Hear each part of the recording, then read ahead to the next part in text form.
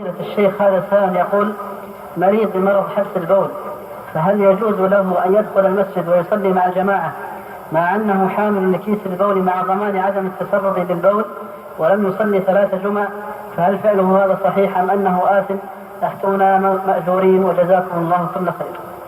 إذا تطهر ووضع الكيس وغلب على ظنه أنه لا يتقاطر منه شيء على فراش المسجد، هذا لا بأس به ولا حرج، وعليه أن يحتاط فقط وأن يتحفظ، فيجوز له أن يشهد الجماعة ويصلي مع الجماعة ما دام أنه متحفظ وقد صان بوله، فلا بأس عليه في ذلك ولا حرج. لكن تبقى المسألة في حمل النجاسة فيها المسألة المشهورة، طبعا لا يصلي المصلي وهو حامل النجاسة.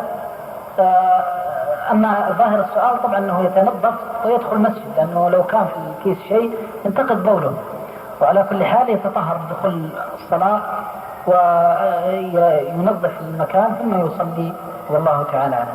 لكن إذا كان الكيس نجسا يعني في نجاسة وسبق أنه بال فيه غير نظيف وغير نقي، هذا لا يصلي فيه، لأنه إذا حمل النجاسة فذا طائف من العلماء أن الحمل المتصل مؤثر، ولذلك الشبهة موجودة في الكيس إذا كان يعني قد بال فيه.